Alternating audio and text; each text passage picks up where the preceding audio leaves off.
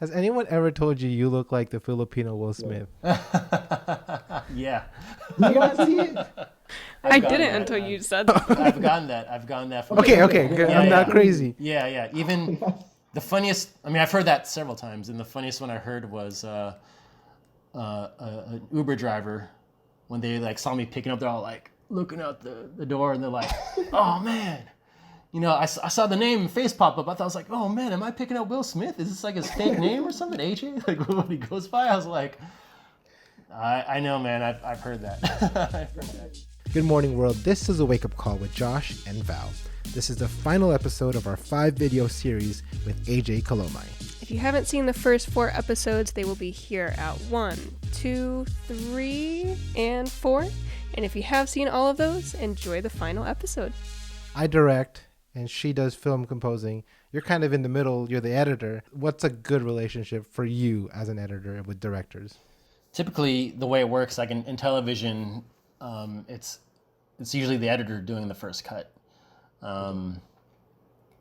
because you got to give the director a chance to sort of detach themselves from it for a little while. Yes. And let the editor do their thing, and then the director can come in. But it's different with everybody. It's usually that way. With Patricio, me and him co-edit. Okay. He'll like to sort of assemble things in his way, and I'll come in and we'll go back and forth. But for the most part, I do like doing that first pass to really watch the footage first and get a sense of what we have. And then the director can come in and mold it in a way, but it's, for me, I want to see stories get out there. So like, what's the fastest way, especially with independent work, right? It's sort of like, okay, it's all hands on deck.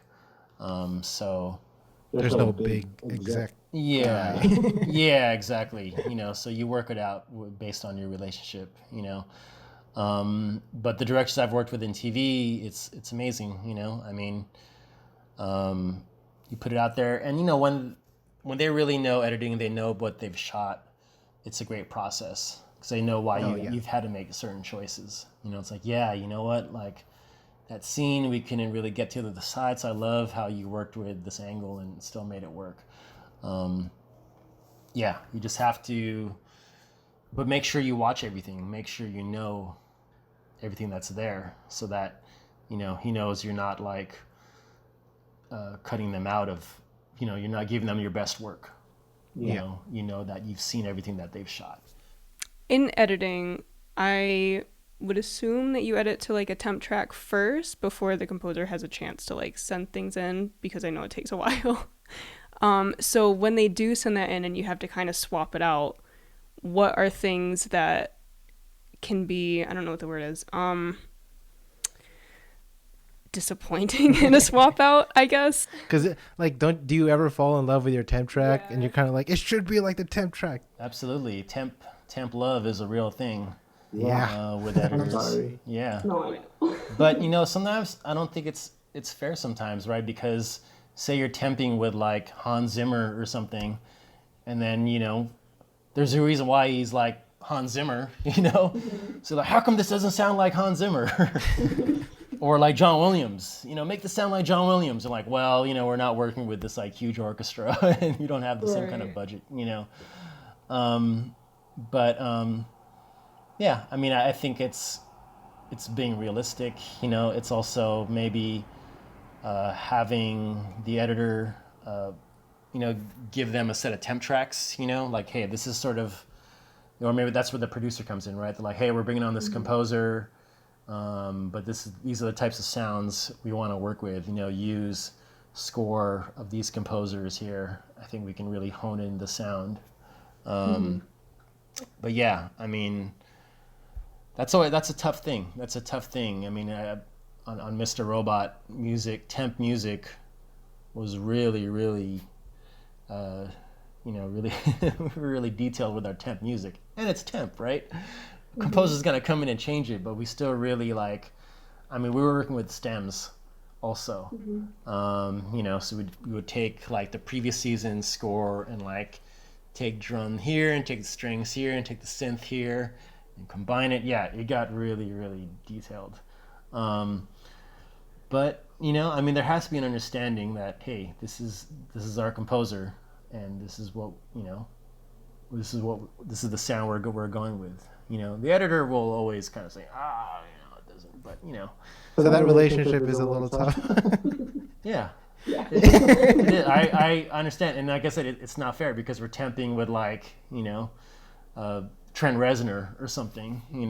Like it should sound like this, and hey, and you can't just straight up copy it, because that's like you can't do that. But yeah, then you have a lot of people temping with the same stuff, and so you have all these composers who are like basing their work off of that. So I don't know.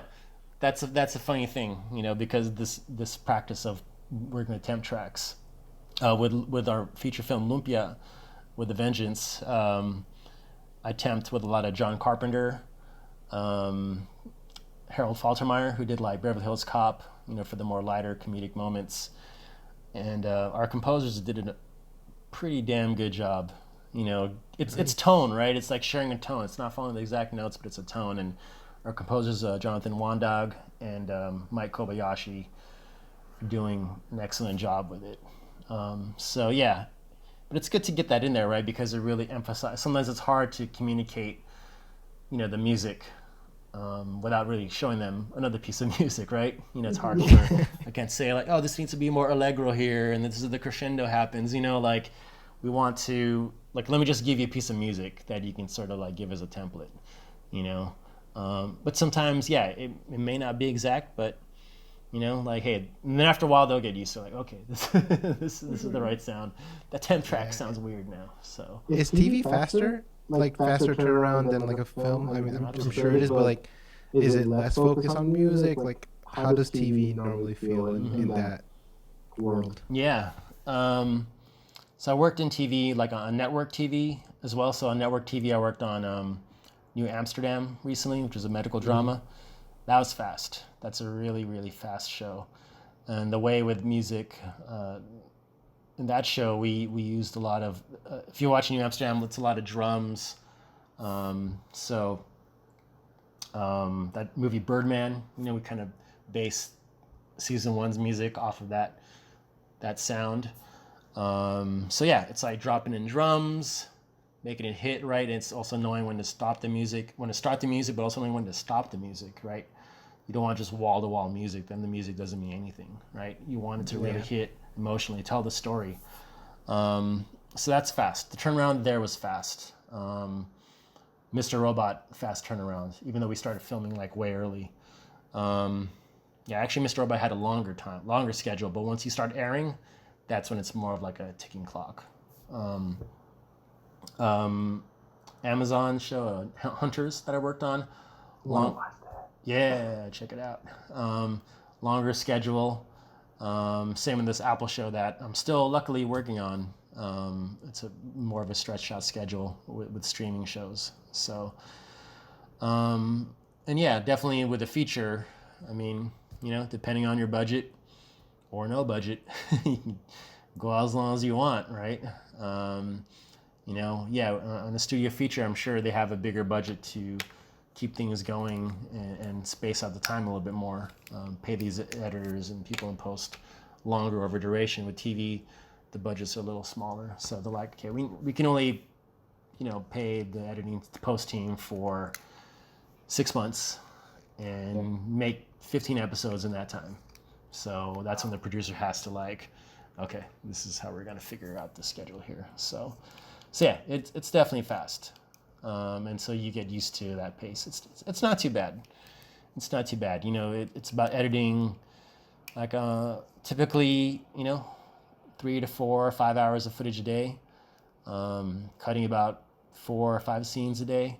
So that's sort of like the pace you want to be at. But I have a funny Al Pacino story because as assistant editors, we do our voice for temp ADR, right? When we need to replace a line or change a line. So, I would do Al Pacino's voice, and in the show, he's playing a Jewish guy. So I sort of had this accent, Jonah, this is not murder, this is mitzvah. So he'd have lines like that. And so in the session, they would play my temp line, and they'd play back for him, and he'd be like, "Oh, I don't have to do this line. I already did it." It's like, perfect. "No, Al, that's our assistant editor, AJ." I'm like, "What? This guy sounds just like me. He's gonna put me out of work. Okay, let's play it again. Let's see if I can beat AJ."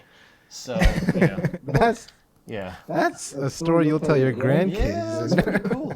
Please like the video, subscribe, turn on the bell for notifications if you are subscribed, and please follow us on the socials. Facebook, Instagram, Twitter, and please follow Beating the Odds Foundation on Facebook and check their website at www.beatingtheodds.org. All the links are going to be in the description box below. Bye-bye.